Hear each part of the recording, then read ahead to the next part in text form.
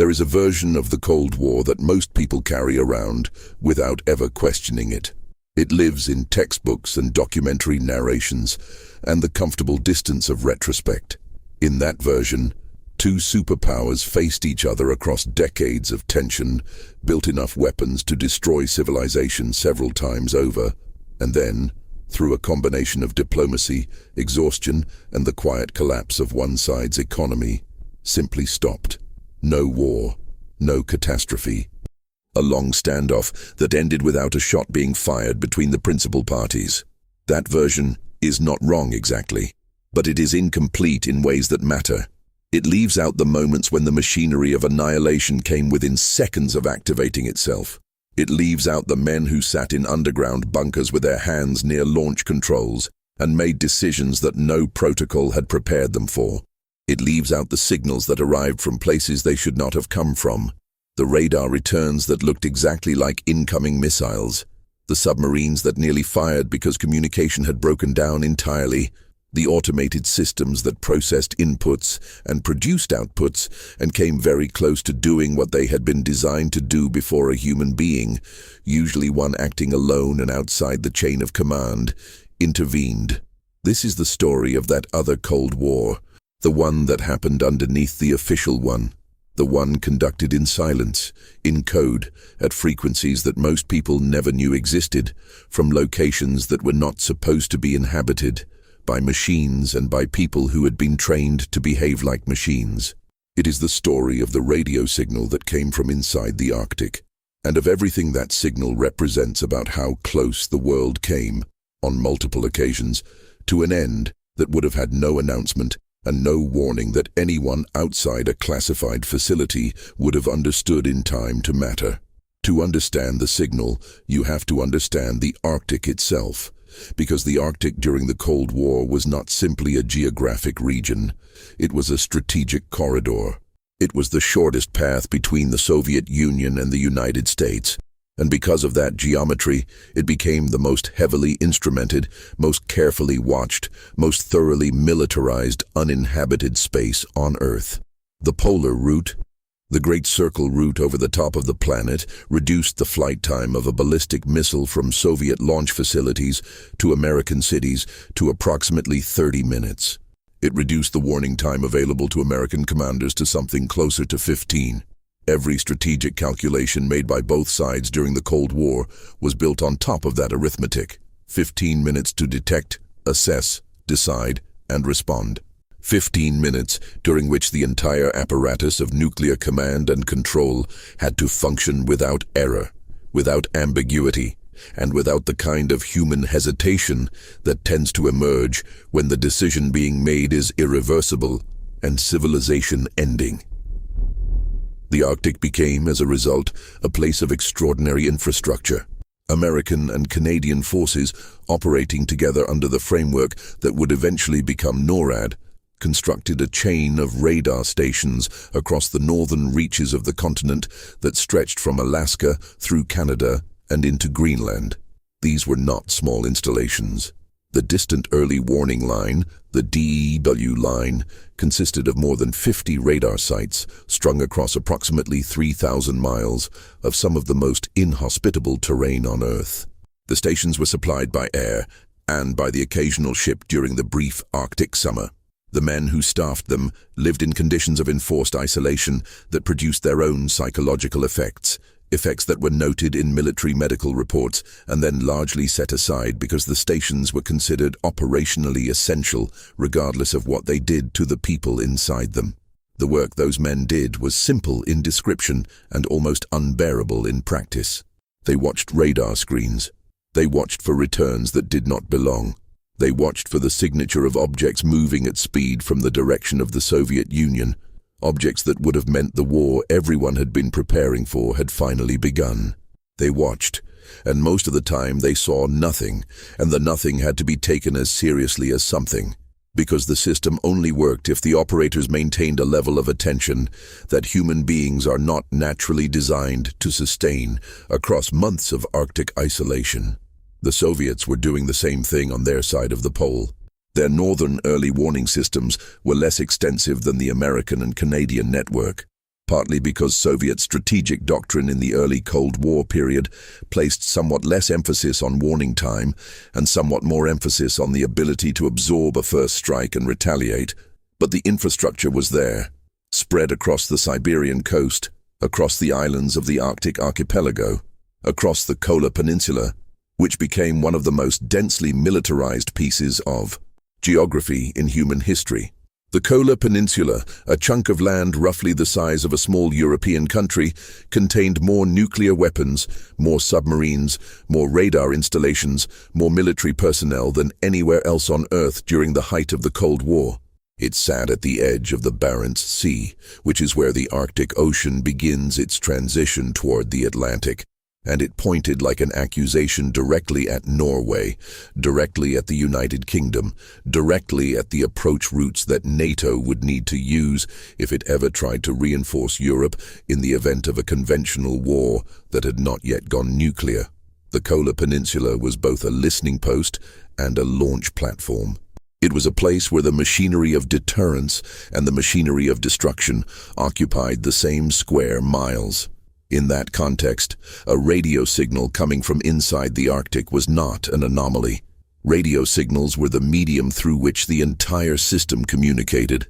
Encrypted signals passed between radar stations and command centers. Signals coordinated aircraft patrols. Signals carried the authentication codes that would tell a submarine commander whether the message he had received ordering him to fire was genuine or a test. Signals carried weather data, navigational information, the routine traffic of military bureaucracy that continued regardless of geopolitical temperature.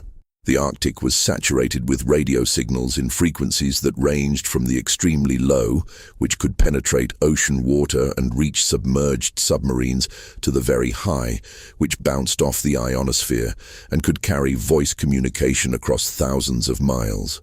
Anyone monitoring the electromagnetic spectrum over the Arctic during the Cold War would have encountered an almost impenetrable density of transmission, most of it encrypted, most of it routine, all of it watched. The signals intelligence agencies of both sides devoted enormous resources to the interception and analysis of this traffic. The Americans had the National Security Agency. The Soviets had the GRU and the KGB's Signals Intelligence Directorates. Both maintained listening stations as close to the Arctic as geography permitted. Both ran aircraft and submarines specifically to intercept transmissions that could not be reached from fixed installations. Both employed thousands of analysts whose entire professional lives were devoted to the extraction of meaning from encoded noise.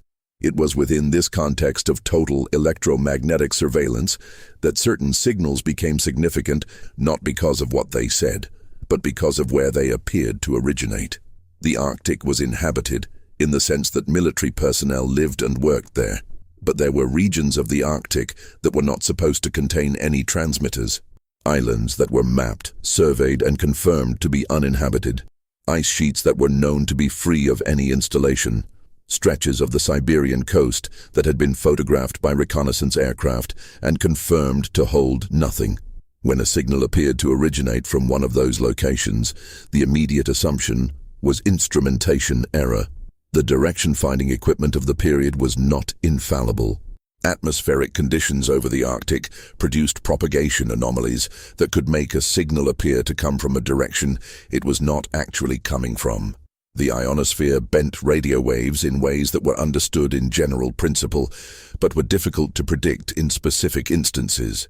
A signal that seemed to originate at a particular set of coordinates might, in fact, be arriving via a reflected path that made its true origin appear to be hundreds of miles away from where it actually was.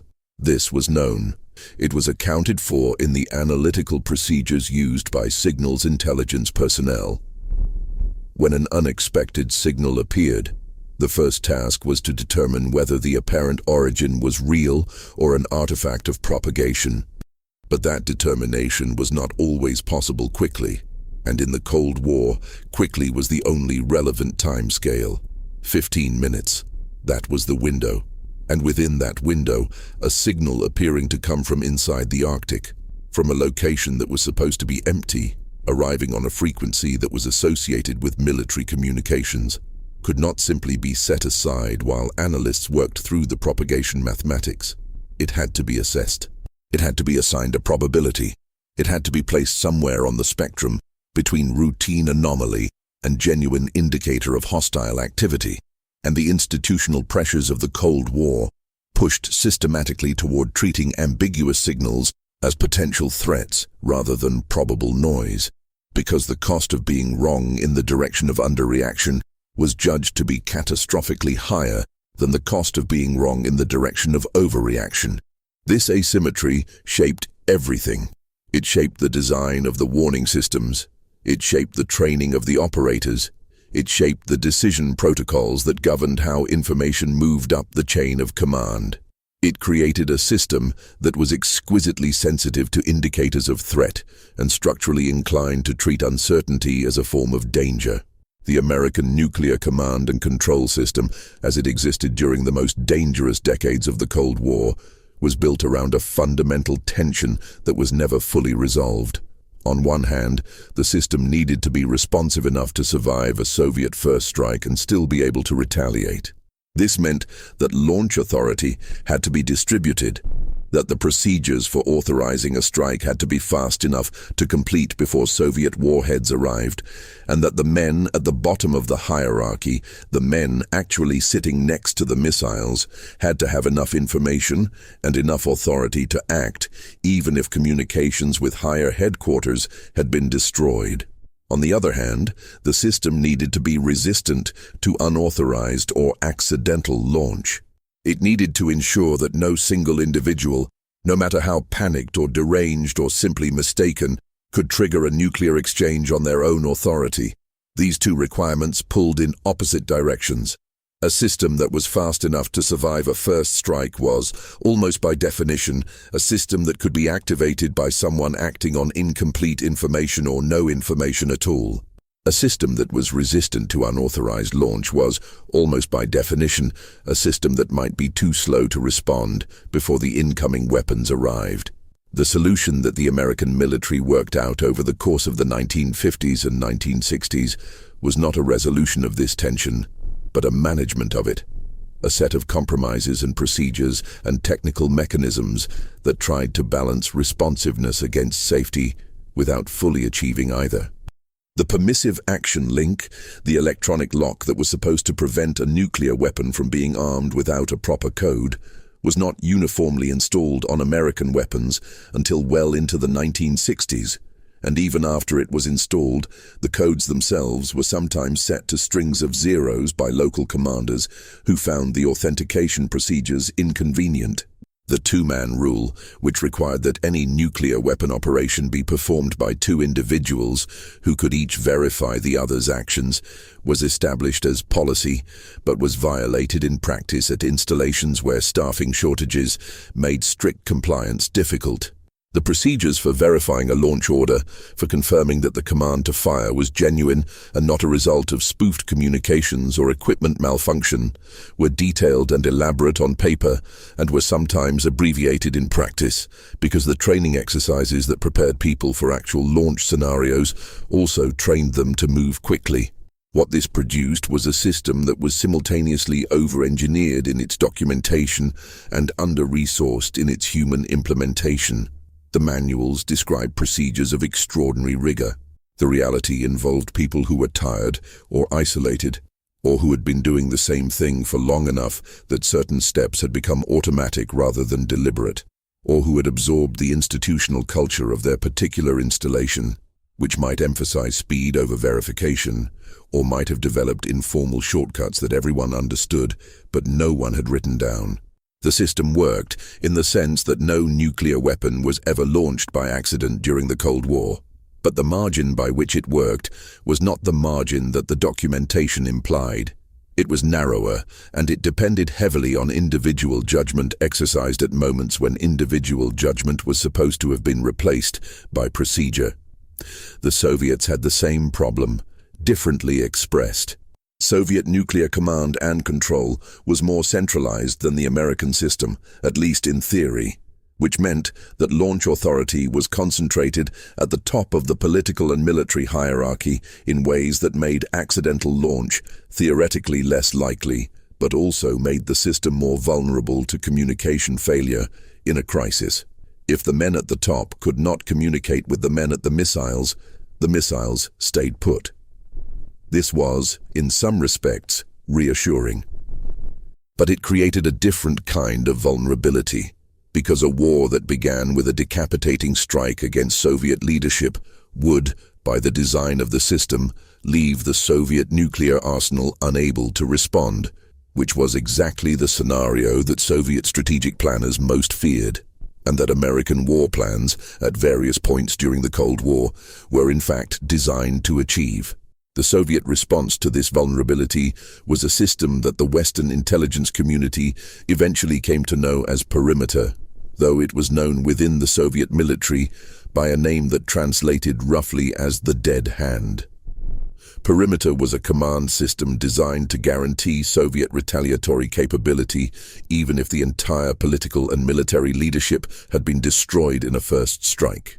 It worked, in its mature form, by monitoring a set of sensors distributed across Soviet territory, sensors that measured seismic activity, radiation levels, atmospheric pressure changes, the kinds of signatures that would be produced by nuclear explosions on Soviet soil. It monitored communications traffic. It monitored whether it was receiving the routine signals from Soviet military headquarters that it expected to receive on a regular schedule.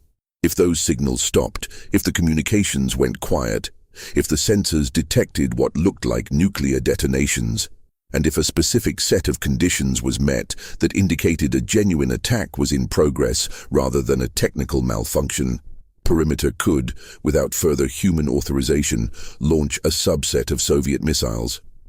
The missiles it would launch were not themselves warhead-carrying weapons. They were command missiles. Rockets that would fly over Soviet territory, broadcasting launch orders on frequencies that surviving missile crews anywhere in the country could receive and act on. Perimeter was not technically a fully autonomous launch system. It still required human beings at the end of the chain to receive the order and turn the keys. But the human beings who would receive that order would have no way to verify whether it was coming from surviving political leadership or from a machine that had decided, based on its sensor readings, that the war had begun. Perimeter was built because Soviet planners understood something that they were reluctant to say out loud in official doctrine: that a nuclear war, once started, might proceed faster than human decision-making could accommodate. They were not wrong. The timelines were what they were. And so they built a machine that could decide, within its own operational parameters, that the threshold for retaliation had been crossed. They built it carefully, with multiple layers of verification, with human checkpoints at several stages of activation. They built it with the sincere intention that it would function as a deterrent, that the knowledge of its existence would prevent the Americans from ever attempting a disarming first strike, because such a strike would trigger Perimeter even if it succeeded in killing everyone in the chain of command. The deterrent logic was impeccable. The operational reality was a system that would, under sufficiently extreme conditions, make decisions of civilizational consequence based on sensor readings and communication logs, without the intervention of anyone who could be held accountable for those decisions, without the possibility of hesitation or mercy, or the kind of last-minute reconsideration that had, on several other occasions, kept the situation from sliding past the point of no return. The Americans, for their part, had their own version of this problem, though they generally did not frame it in the same terms. American nuclear war planning, as it evolved through the 1960s under the Single Integrated Operational Plan, the PSYOP, was built around the concept of massive and coordinated strikes against an enormous target set. The early versions of the PSYOP called for the delivery of thousands of nuclear weapons against targets in the Soviet Union, China, and Eastern Europe within the first hours of a war, in a synchronized sequence of attacks that would have required the simultaneous participation of bomber aircraft, land-based missiles, and submarine-launched missiles. The plan was, from a technical standpoint, a remarkable achievement of coordination. It was also, from a human standpoint, a document that described the deaths of hundreds of millions of people with the same administrative language used to schedule equipment maintenance. The PSYOP did not distinguish, in its early versions, between military targets and cities. It did not distinguish between the Soviet Union and China, which meant that a war starting in Europe could, under the plan as written, end with nuclear strikes on Beijing. It was a plan designed for the use of total force in a total war, and it was connected to a command and control system that could, under the right circumstances, begin executing that plan based on information that had not been fully verified. The near misses of the Cold War are not a secret exactly. Several of them have been declassified and documented, but they exist at the edges of the official narrative in a way that prevents them from receiving the weight they deserve. They are treated as anomalies, as exceptions to a generally stable system, rather than as evidence that the system was operating in conditions that made catastrophic failure a recurring possibility rather than a remote one. The story of how close the world actually came to nuclear exchange cannot be told completely, because the relevant records from both sides are not fully available, and because both governments had institutional reasons to minimize rather than publicize the moments when their systems nearly failed. What is available is enough to establish that the comfortable version of the Cold War, the one that ended without catastrophe, obscures a reality that was considerably more dangerous than the official account suggests. In October of 1960, the BMEW's installation at Thule Air Base in Greenland, one of the most sensitive radar stations in the American Early Warning Network, detected what its computers assessed as a massive Soviet missile attack. The radar returns suggested that dozens of missiles were inbound, that the attack was of a scale consistent with a full Soviet first strike, and that the warning time before impact was minimal. The information was transmitted up the chain of command. It reached the point where it should have triggered the alert procedures that would begin moving the American nuclear response toward execution. What prevented that from happening was not the detection of an error in the radar data, not a rapid technical assessment that established the return was false. What prevented it was the simple fact that Soviet Premier Nikita Khrushchev was, at that moment, in New York City attending a session of the United Nations General Assembly. The analysts who received the warning recognized that a Soviet leader would be unlikely to initiate a nuclear war while physically present in the country he was attacking. That piece of information, that single contextual datum, created enough hesitation to allow additional assessment before the response procedures were activated. The radar return, it was eventually determined, was the moon. The BMEW system had detected the rising moon and interpreted it, through the particular geometry of its antenna array and the limitations of its early software, as an incoming missile attack. The technical explanation was available, but it had not been found in time to prevent the situation from reaching the point where human judgment, operating outside the official protocol, made the difference between crisis and catastrophe. The fact that human judgment saved the situation in 1960 should not be reassuring. Human judgment is not a reliable safety mechanism. It is inconsistent. It is vulnerable to pressure and fatigue and the particular psychology of whoever is exercising it. And it is, in a fundamental sense, exactly what the Cold War command and control system was designed to minimize. The system was designed to replace human judgment with procedure, to ensure that the response to a nuclear attack was governed by protocol rather than by the assessments of individuals who might be panicking or might be wrong. The moon incident worked out because someone thought to check whether the Soviet leader was in New York. That check was not in the protocol. It was improvised, and improvisation is not a system. 3 years after the moon incident, during the Cuban Missile Crisis, the American and Soviet systems came into proximity in a way that produced a genuine, documented near miss that was not fully understood by either side's leadership at the time it occurred. On October 27, 1962, the day that has since been identified as the most dangerous single day in the history of the Cold War, an American destroyer, the USS Beale, began dropping practice depth charges on a Soviet submarine, the B-59, which had been submerged in the waters near the quarantine line around Cuba. The depth charges were practice charges, not intended to damage the submarine, but to signal its presence and encourage it to surface. The crew of the B-59 did not know they were practice charges. They had been submerged for weeks without adequate ventilation, in temperatures that had reached over 100 degrees in parts of the submarine, cut off from communication with Moscow. Uncertain whether the depth charges falling around them were a prelude to war or a communication signal they were supposed to respond to. The submarine carried a nuclear-tipped torpedo. Soviet doctrine at the time authorized the use of that weapon in combat situations without prior authorization from Moscow, on the judgment of the commanding officer. 3 officers on the submarine had to agree to fire it. 2 of them agreed. The third, a flotilla commander named Vasily Arkhipov, who was aboard the B-59 by circumstance rather than by assignment, refused. Arkhipov refused to authorize the launch, argued that the depth charges were not an attack, and eventually persuaded the commanding officer to surface the submarine and await instructions from Moscow. The nuclear torpedo was not fired. The people in the White House and the Pentagon who were managing the crisis did not know in real time that this decision was being made in the dark interior of a Soviet submarine less than 100 miles from the Florida coast.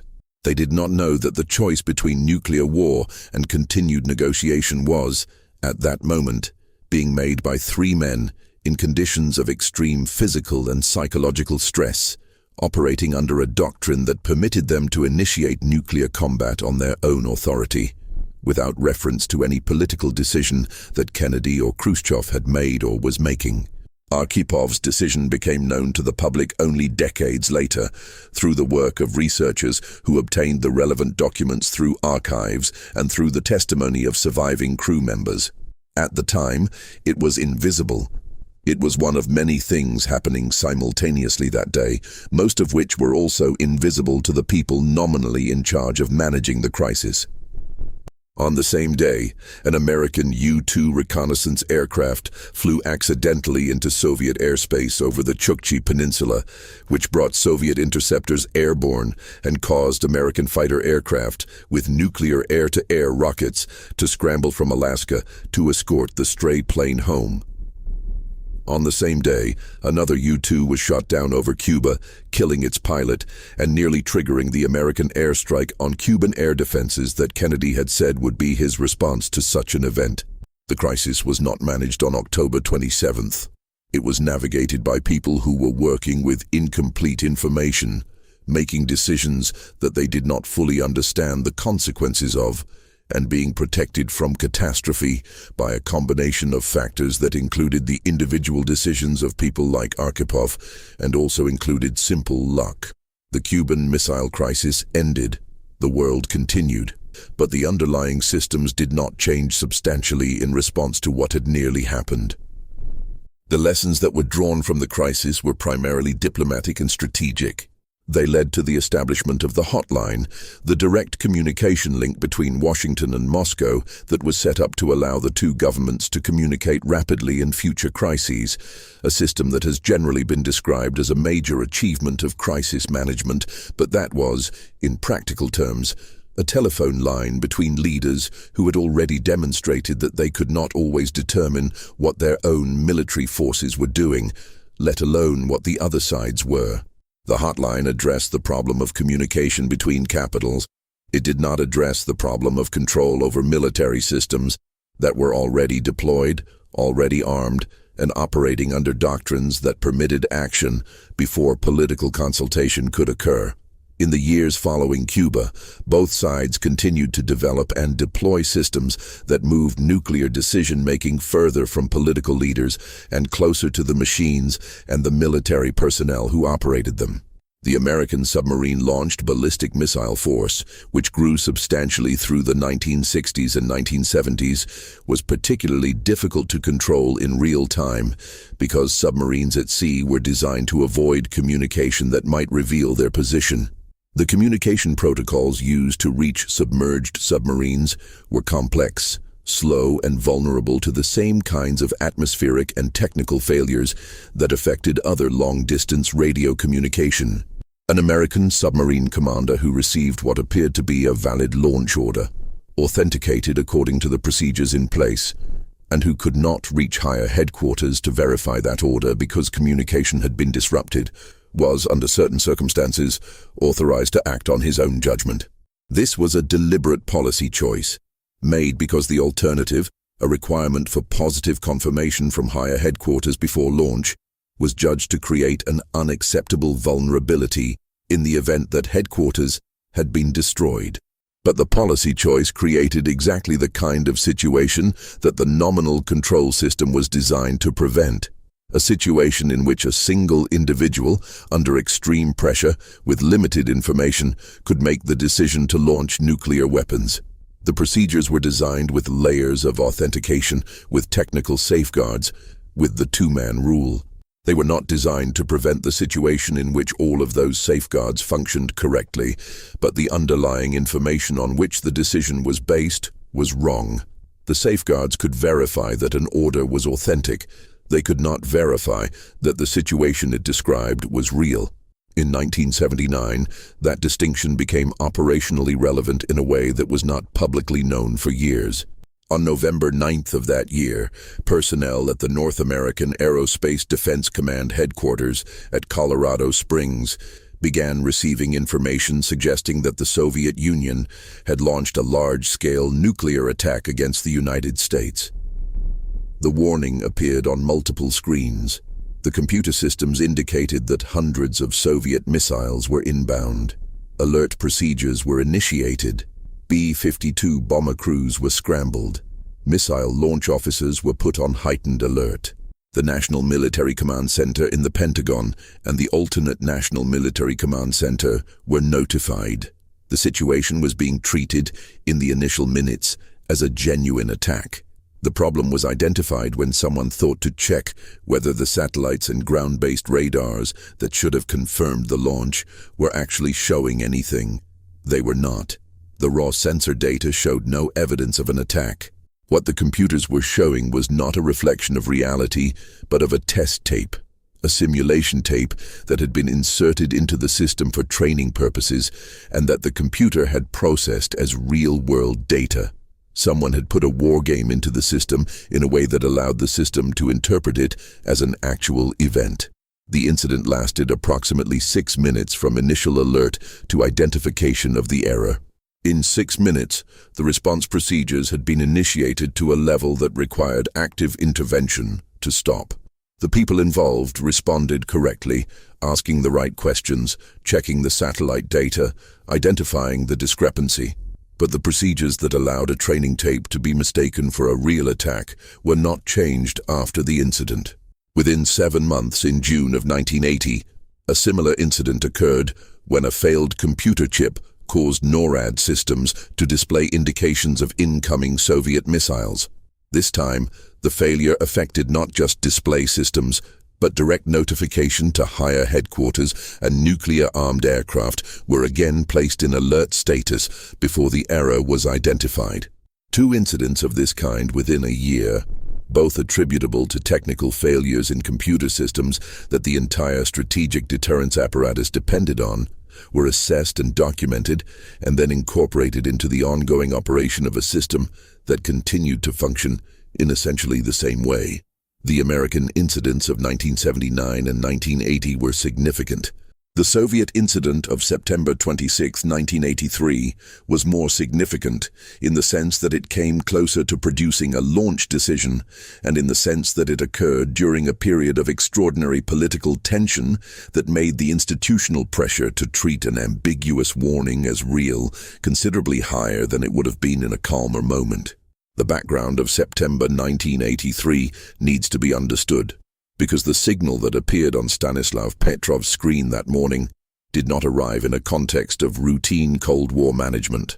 It arrived in the context of a set of events that had made the preceding weeks genuinely dangerous in ways that were felt by both sides. In late August of 1983, a Korean Airlines Boeing 747, Flight 07 had been shot down by a Soviet interceptor over the Sea of Japan after it had drifted into Soviet airspace. 269 people were killed, including a United States congressman. The incident produced a period of intense American rhetorical pressure on the Soviet Union, with President Reagan describing the shoot-down in terms that the Soviet leadership interpreted, given everything else that was happening, as potentially indicative of preparation for war. The Soviet leadership in 1983 was, by multiple accounts, operating under a level of genuine anxiety about American intentions that is difficult to convey without reference to the specific intelligence assessments that were circulating within the Soviet system at the time. Operation Ryan, a Soviet intelligence operation established in 1981 to monitor indicators of American preparation for a nuclear first strike, had been producing a stream of reports suggesting that American military activity was at an elevated level that could be preparatory to attack. The reports were not fabricated. American military activity in 1983 was, in fact, at an elevated level.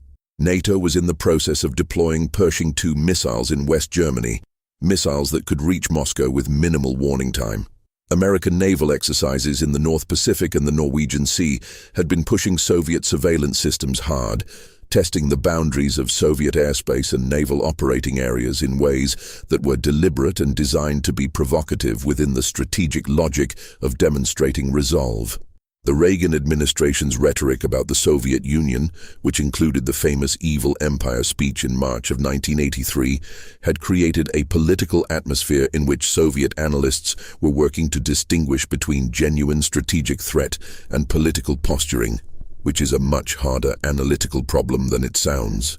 Into this environment, in late October and early November of 1983, came Able Archer 83. A NATO military exercise that was designed to practice the procedures for transitioning from conventional to nuclear warfare. Able Archer was a command post exercise, meaning it took place primarily in headquarters and communications facilities rather than in the field. But it was unusually realistic by the standards of previous exercises. It used actual nuclear release procedures. It simulated political-level decision-making using heads of government, something previous exercises had not done. It involved real military communications on real military frequencies at a level of traffic that, to an observer monitoring from outside the NATO system, looked potentially like actual preparation for a nuclear strike. Soviet intelligence, watching the exercise, was not certain it was an exercise. The intelligence reaching Soviet leadership suggested, with varying degrees of confidence, that Able Archer might be the cover for an actual attack, that the West might be using the exercise as a mechanism to achieve the element of surprise that a genuine first strike would require. Soviet nuclear forces were placed on an elevated alert level in response. Aircraft at several bases in Eastern Europe were loaded with nuclear weapons and brought to a heightened state of readiness. For several days in early November 1983, Soviet nuclear forces were more prepared to launch than they had been at any point since the Cuban Missile Crisis. The CIA's post-war assessment, declassified in the 1990s, concluded that the Soviet response to Able Archer was genuine, that Soviet leadership really had been uncertain whether an attack was imminent, and that the situation had been more dangerous than American officials had understood at the time. Ronald Reagan, reading those intelligence assessments, apparently found them genuinely alarming, and they may have contributed to his subsequent shift toward engagement with Gorbachev. But in the moment, neither side had complete information about what the other side was thinking, and the mechanisms that were supposed to prevent miscalculation, the hotline, the diplomatic channels, the mutual understandings accumulated through decades of arms control negotiations, were not adequate to the specific kind of misreading that Able Archer had produced, because Able Archer had looked, from the Soviet side, like exactly the kind of thing the existing mechanisms were not designed to address. It was in this context that September 26, 1983, and the incident at the Serpukhov 15 early warning facility deserves to be placed. Stanislav Petrov was a lieutenant colonel in the Soviet Air Defense Forces, assigned to the Serpukhov 15 bunker as an officer in charge of analyzing the data produced by the Oko satellite system, the Soviet early warning satellites that were designed to detect the infrared signatures of American missile launches. The system worked by looking for the heat plumes that missiles emit during their boost phase, the period immediately after launch when the rocket engines are burning and the heat signature is most intense. If the satellites detected launches, the data would be transmitted to Serpukhov 15, processed, and the alert would move up the chain of command. Petrov's job was to assess the alerts and determine whether they represented actual detections or false alarms before passing the information upward. On the night of September 26th, the system produced an alert.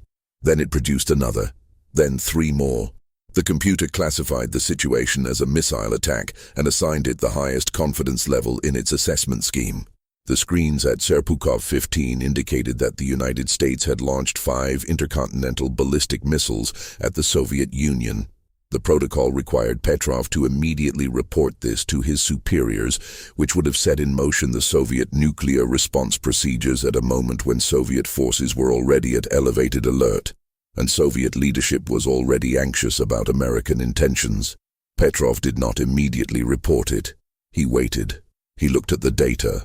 He applied his own analysis, which included the judgment that a genuine American first strike would not consist of 5 missiles. That 5 missiles was not enough to execute the kind of disarming strike that would be the only rational motivation for attacking a nuclear-armed adversary, and that the satellite system had known technical issues with certain angles of solar reflection that could produce false detections. He assessed the alert as a false alarm. He reported it as a false alarm. He was, in the end, correct. The alerts were false, produced by a rare alignment of sunlight reflecting off high-altitude clouds in a way that mimicked the infrared signature of missile launches. The system had malfunctioned. The war had not started. What Petrov had done was, technically, a violation of protocol. His job was not to assess the credibility of an alert before reporting it. His job was to report the alert and let the people above him make the assessment. The protocol existed for good reasons. It ensured that information moved quickly up the chain of command, that the people with access to the full intelligence picture and the authority to make decisions about the nuclear response were the ones making those decisions. By filtering the information before it went upward, Petrov had substituted his own judgment for the judgment of the system. He had done exactly what the Cold War command apparatus was designed to prevent individual operators from doing. And he had been right to do it. This is the central paradox of Cold War nuclear management. The system was designed to function without individual judgment because individual judgment was considered unreliable. But the system was itself unreliable, prone to exactly the kinds of technical failure and sensor malfunction and processing error that its sensors and computers were supposed to prevent. And when the system failed, as it did in 1960 and 1979 and 1980 and 1983, what prevented catastrophe was individual judgment. The thing the system was designed to eliminate was the thing the system needed to survive its own failures. The people who exercised that judgment were not heroic in any theatrical sense. They were people doing their jobs, looking at information that did not fit the template their protocols described, and making decisions under pressure about whether to follow the procedure or trust their own reading of the situation. Some of them were decorated after the fact. Some were quietly reprimanded. Petrov, after a period in which his actions at Serpukhov 15 were investigated and found to have violated procedure, was eventually recognized by international organizations as someone who had made a significant contribution to human survival. He was never celebrated within the Soviet military system. The system had no category for what he had done, which was correct individual action in the face of systemic failure.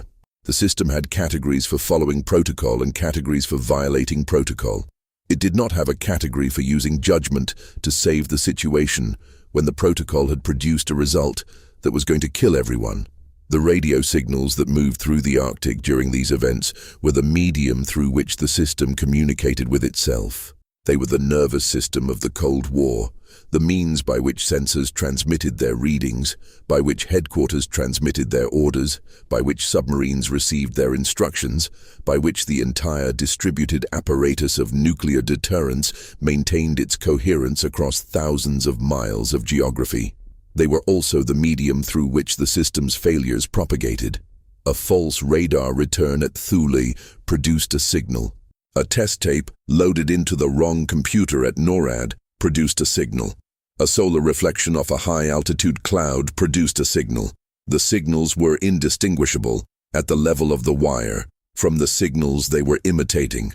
The entire architecture of verification and authentication existed to address this problem, and it addressed it imperfectly, and the gap between what the architecture promised and what it delivered was filled, when it was filled at all, by the judgment of individuals who were working in conditions that were not designed to support good judgment.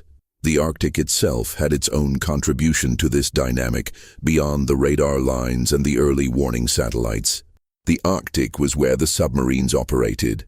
The American ballistic missile submarines, the SSBNs, spent their operational patrols in the North Atlantic and the Arctic, under the ice in some cases, in positions from which they could launch their missiles against targets on the Eurasian continent. The Soviet submarines operated similarly, some of them in the Barents Sea, some in the Pacific, some in the Arctic itself. The acoustic properties of Arctic waters, the layers of temperature and salinity that affected how sound traveled, were the subject of intense study by both sides' anti-submarine warfare communities. The Americans had built an undersea hydrophone network, the SOSUS system, that spread across the Atlantic and Pacific Ocean floors and was capable of detecting and tracking submarines at ranges of hundreds of miles under the right acoustic conditions. The Soviets had their own acoustic surveillance capabilities, less extensive than SOSUS, but not negligible. Both sides tracked each other's submarines continuously, or tried to. The tracking was imperfect. Submarines were lost for periods of hours or days when they moved into acoustic shadow zones or adopted evasive routing. But the tracking was close enough that incidents between the two submarine forces were, over the course of the Cold War, more common than the public record suggests. In 1968, 3 submarines from different nations were lost within a period of about 3 months. The American USS Scorpion, the Soviet K-129, and the Israeli INS Dakar. None of the 3 losses has been completely and publicly explained. The Scorpion sank in the Atlantic in May 1968, and the cause is attributed to a torpedo malfunction, though this explanation has been disputed by researchers who have argued that the available physical evidence is consistent with an external explosion. The K-129 sank in the Pacific in March 1968, and the Americans covertly recovered a portion of the wreck in 1974 under Project Azorian, using a specially built ship that lowered a claw to the ocean floor and attempted to retrieve the submarine. The operation partially succeeded and partly failed, in the sense that a section of the K-129 was recovered, but not the section containing the missiles and the cryptographic equipment that the CIA had most wanted. What the project did produce was direct physical access to a Soviet nuclear weapon, something that had never happened before, and a substantial intelligence windfall that has never been fully described publicly. The K-129 incident and the American recovery operation are one of many Cold War events that are known to have occurred, are known to have had significant intelligence implications, and are known in detail only to a small number of people who have never publicly discussed what they found. The submarine operations under the Arctic ice were particularly sensitive because the ice provided both concealment and constraint. A submarine operating under the ice was difficult to detect acoustically because the ice itself generated significant background noise that could mask the sounds of a submarine's machinery. But a submarine under the ice was also in a dangerous environment operationally because surfacing in an emergency required finding Apollonia, a gap in the ice, and the ice shifted in ways that could close Apollonia between the time it was identified and the time it was reached. American and Soviet submarines both developed the capability to operate under Arctic ice, and both developed the techniques for finding and using polynias for emergency surfacing. The techniques were refined through exercises, some of which involved approaching each other's submarines in ways that could have been interpreted as hostile. In 1992, after the Cold War had technically ended, an American submarine, the USS Baton Rouge, collided with a Russian submarine, the Sierra-class K-276, in the Barents Sea. The collision was not disclosed by either government until the details became too persistent to deny. It was an embarrassment and a potential diplomatic incident, and it illustrated that even after the political framework of the Cold War had been declared over, the physical presence of the two sides' submarines in the same waters continued to produce situations that could escalate if the wrong combination of factors was present at the wrong moment. The frequency allocations used by the two sides' military communication systems during the Cold War were not entirely separate. There were points of overlap, places in the electromagnetic spectrum where signals from both sides could interfere with each other or could be mistaken for each other under the right conditions. The extremely low frequency bands used for communication with submerged submarines were particularly crowded because the physics of ELF communication required very large transmitter installations, which limited the number of frequencies that could practically be used. Both sides' ELF systems transmitted in adjacent frequency ranges, and the transmissions were slow, carrying only a few characters per minute in their most efficient configurations, because the nature of ELF propagation made higher data rates impractical. The slowness of ELF communication was itself a security problem, in the sense that a command message sent to a submarine via ELF could not be recalled once the decision to transmit had been made, because the message might take many minutes to complete its transmission, and by the time the last character was sent, circumstances might have changed. This was not a hypothetical concern. It was a real operational constraint that figured in planning for nuclear use scenarios and that had no satisfactory technical solution. The communications satellites deployed by both sides during the later Cold War period reduced some of these constraints, but introduced others. Satellite communication was faster and higher bandwidth than ground-based radio, but it was also more vulnerable to disruption. An adversary who could destroy communication satellites, whether with anti-satellite weapons or with the electromagnetic pulse produced by a high-altitude nuclear detonation, could degrade the communication links on which the other side's command and control depended. Both sides developed anti-satellite capabilities. Both sides also developed the capability to use nuclear detonations at high altitude to produce electromagnetic pulses, which would destroy or damage unshielded electronics across a wide area. The EMP effect of a high-altitude nuclear burst had been demonstrated in 1962 in the American test called Starfish Prime, which produced an EMP that blew out streetlights and disrupted electrical systems in Hawaii hundreds of miles from the detonation point. The military implications were immediately apparent. A single high-altitude nuclear detonation over the center of a continent could potentially disable the communication links, the radar systems, the computerized command and control infrastructure that the entire nuclear response apparatus depended on. This meant that the first action in a nuclear war might not be a ground burst against a city or a missile silo, but a high-altitude detonation designed to blind the adversary's communication and warning systems before the main attack arrived. This scenario was wargamed. It was modeled, it was incorporated into war planning on both sides, and the responses to it were built into the systems that were supposed to survive it. Hardened communication systems, redundant transmission paths, aircraft that could serve as airborne command posts and relay stations, all of these were responses to the EMP threat. But they were also, each of them, vulnerable to their own specific failure modes, and the combination of failures that a real nuclear exchange would have produced was beyond the capacity of any war game to fully simulate. The models were sophisticated.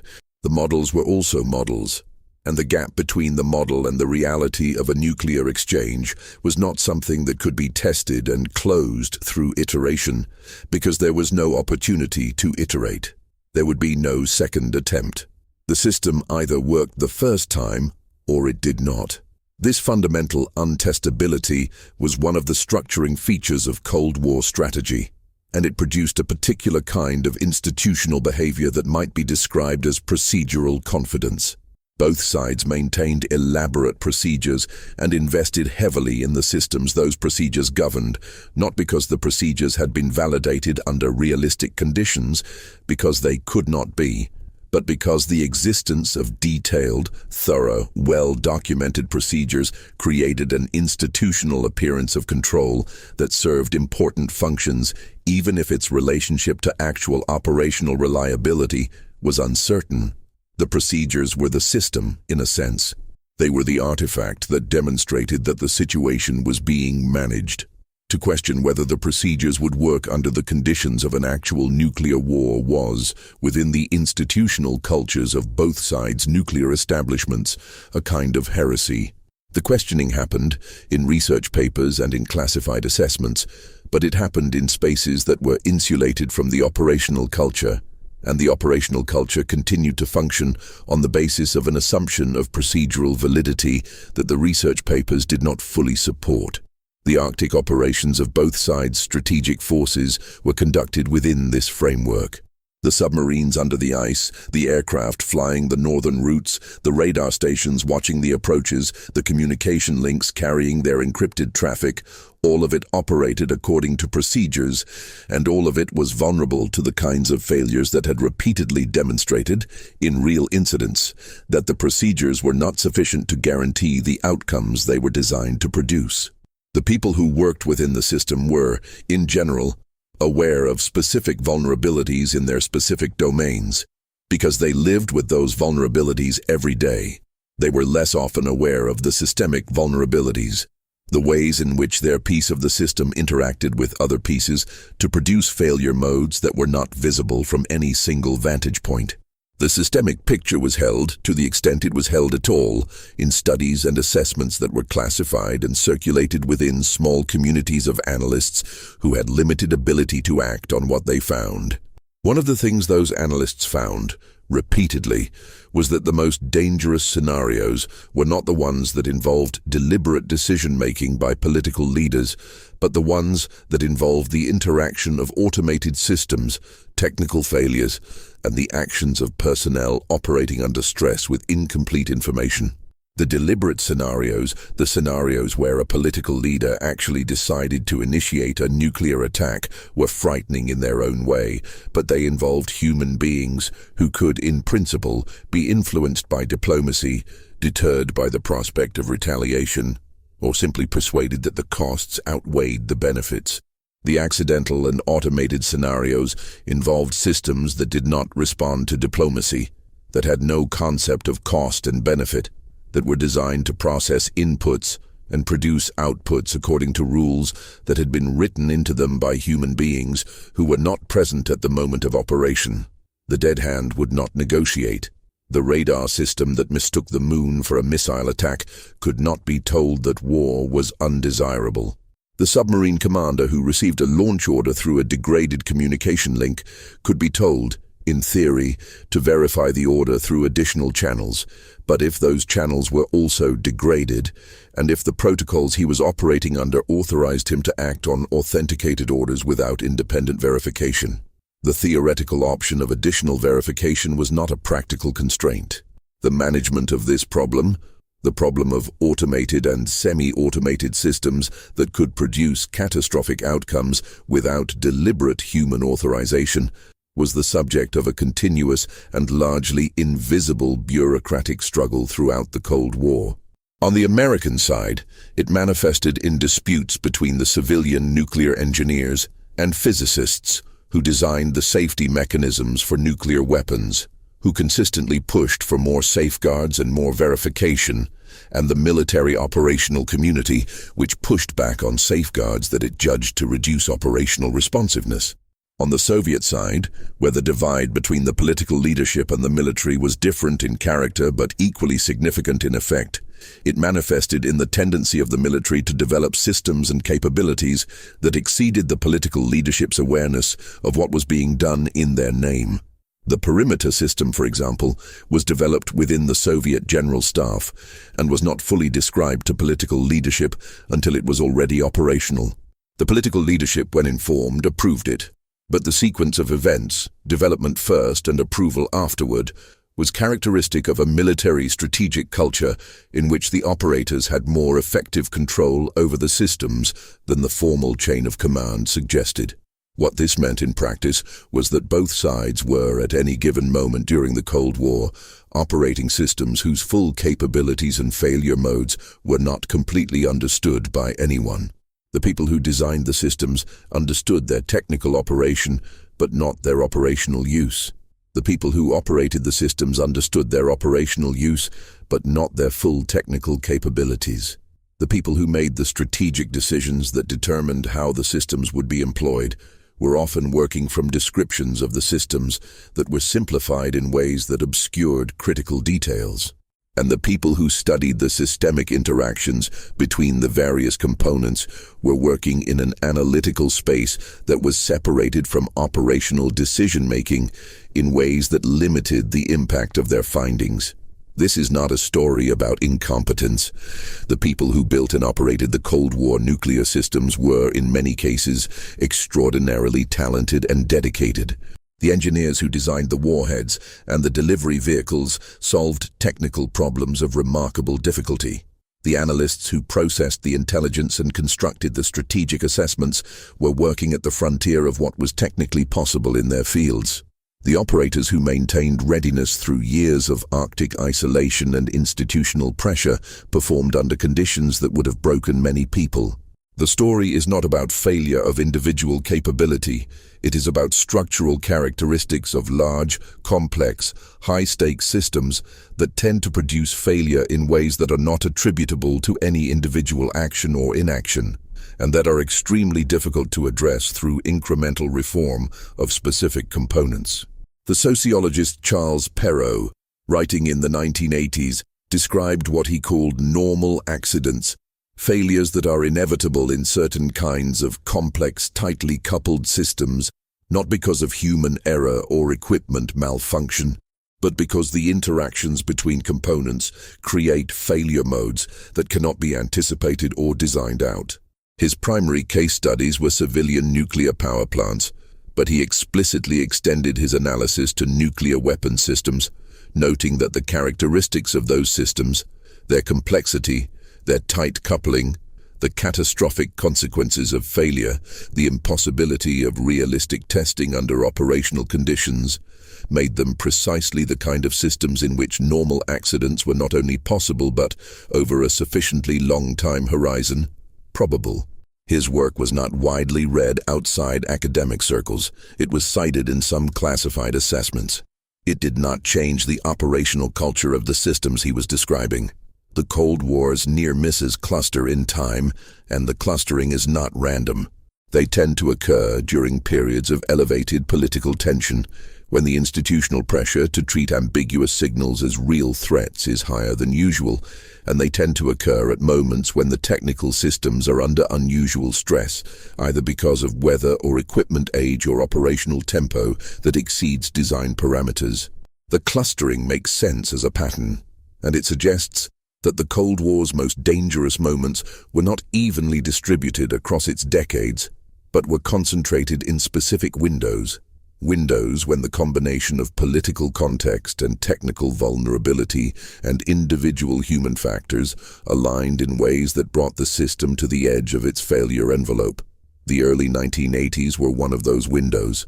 The combination of renewed superpower tension, the deployment of new weapon systems on both sides, the elevated operational tempo of military exercises and intelligence-gathering operations, and the particular anxieties of Soviet leadership about American intentions created a period that, in retrospect, the analysts who have studied it describe as genuinely dangerous in ways that were not apparent from the outside. The public record of the period shows a Cold War that was tense but controlled. The classified record shows a period when Soviet intelligence was generating indicators of potential American attack that were taken seriously at the highest levels, when the operational systems on both sides were running at levels of activity that increased the probability of incidents, and when the mechanisms that were supposed to manage crises were being tested in ways they had not been tested before by the specific combination of factors present at the time. The radio signals from inside the Arctic were part of the fabric of that period. They were signals that moved through the ionosphere on paths that the physics of propagation determined, that were intercepted by systems designed to find exactly that kind of traffic, that were processed by machines and then by human analysts, and that were incorporated into assessments that became part of the information environment in which decisions were made. The specific content of those signals was, in most cases, not the critical variable.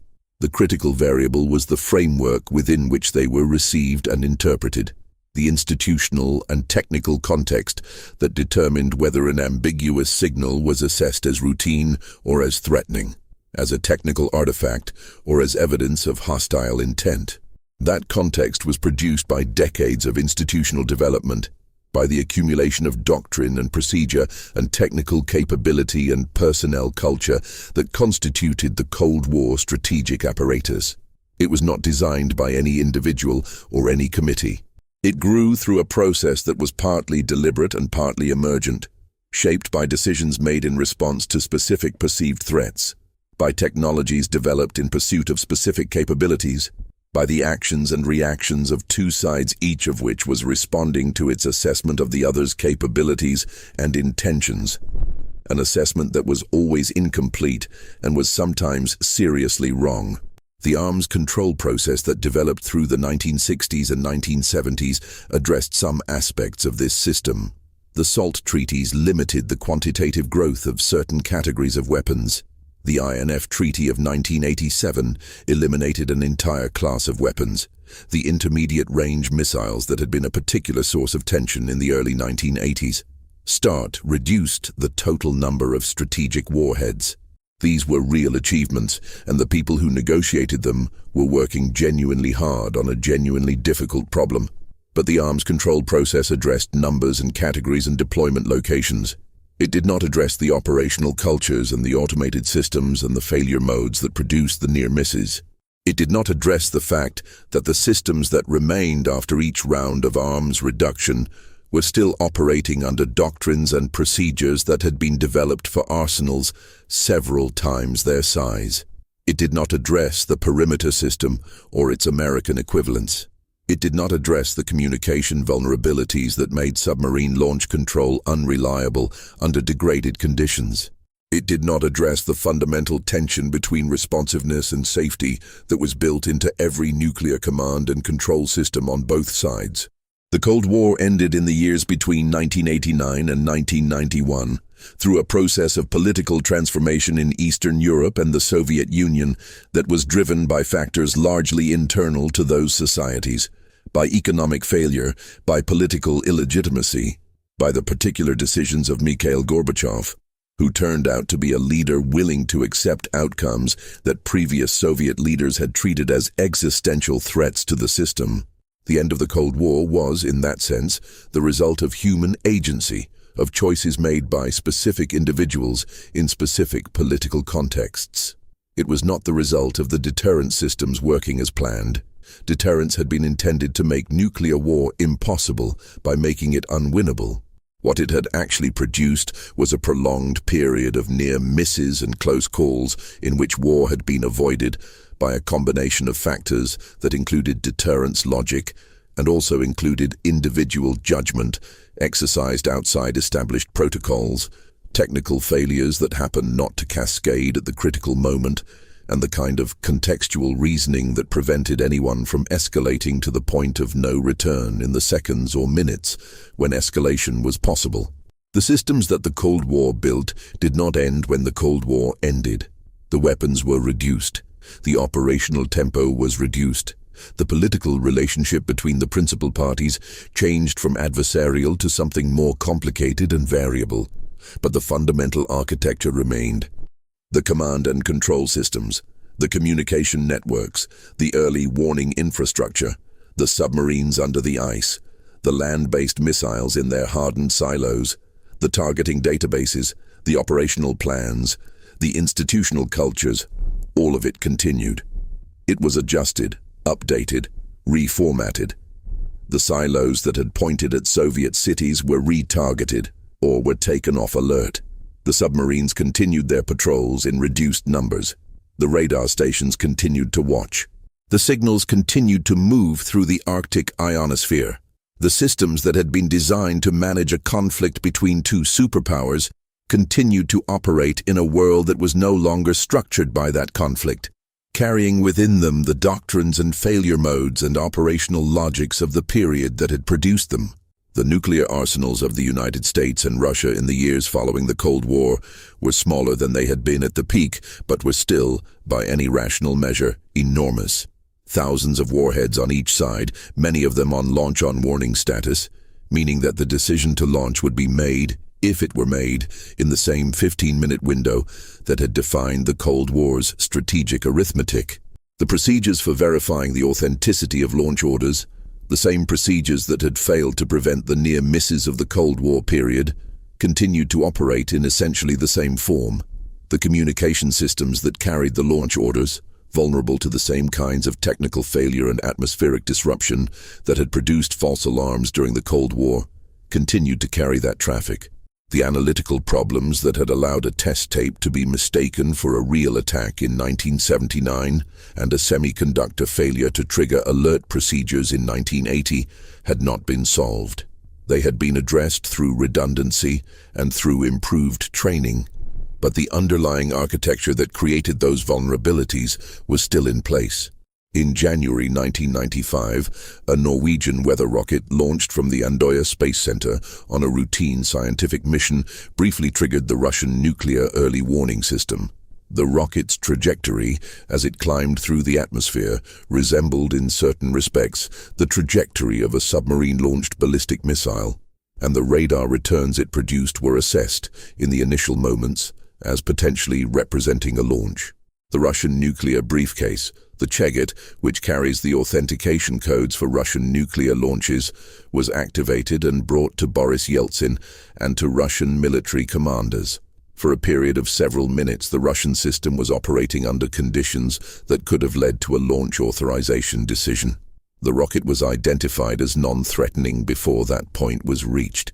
The Norwegian government had notified Russian authorities of the launch in advance through a process that was supposed to prevent exactly this kind of incident, but the notification had not propagated correctly through the Russian military communication system, and the people watching the radar did not have access to the information that would have immediately resolved the ambiguity. The 1995 incident was disclosed by Russian officials. It was assessed, and various improvements to notification procedures were considered, and some were implemented. The fundamental problem that it illustrated, the problem of a system designed to respond to threats in 15 minutes, attempting to accurately distinguish threats from non-threats in a world that contains many things that look like threats, was not solved. It had not been solved during the Cold War. It was not solved after the Cold War ended. The systems continued to operate, and the signals continued to move through the Arctic, and the people watching the screens continued to make assessments under conditions of uncertainty and time pressure, with the same kinds of incomplete information and institutional pressures that had characterized the Cold War period. The men who built these systems were not trying to create danger. They were trying to prevent it. The doctrine of mutual assured destruction, which provided the strategic logic for the entire edifice, was built on the premise that if both sides knew that any nuclear attack would be met with a devastating response, neither side would ever choose to attack. The logic was not irrational. It appears to have been correct, in the sense that no deliberate first strike was ever launched. But the logic operated at the level of strategic rationality, at the level of national leaders weighing costs and benefits, and the systems it produced operated at a different level, the level of sensors and processors and operators and failure modes, where rationality in the strategic sense was not the governing variable. At that level, what governed was physics and engineering and human psychology and institutional culture, and those variables produced outcomes that the strategic logic had not anticipated and could not fully control. The Cold War is described in the version that most people carry around as a period during which the world was saved by deterrence. The more accurate description might be that the world survived the Cold War despite deterrence, or rather, that the world survived the systems that deterrence required, the systems that came close on multiple documented occasions, and probably on additional occasions that are not fully documented, to producing the catastrophe they were designed to prevent. The signals that moved through the Arctic ionosphere were the medium of that near miss, the carriers of the data that was processed by systems that nearly concluded more than once that the time had come to do the one thing that everyone on both sides had said they were determined never to do. The Arctic itself, silent and uninhabited in its vast interior, carried those signals indifferently, bending them around the curve of the Earth, bouncing them off the ionosphere, delivering them to receivers that passed them for meaning, that assigned them probabilities, that forwarded them to the machines and to the men who would decide what they meant. The war that the signals were designed to manage, to deter, to survive, never came. The systems that were built to fight it are still in place. The signals are still moving.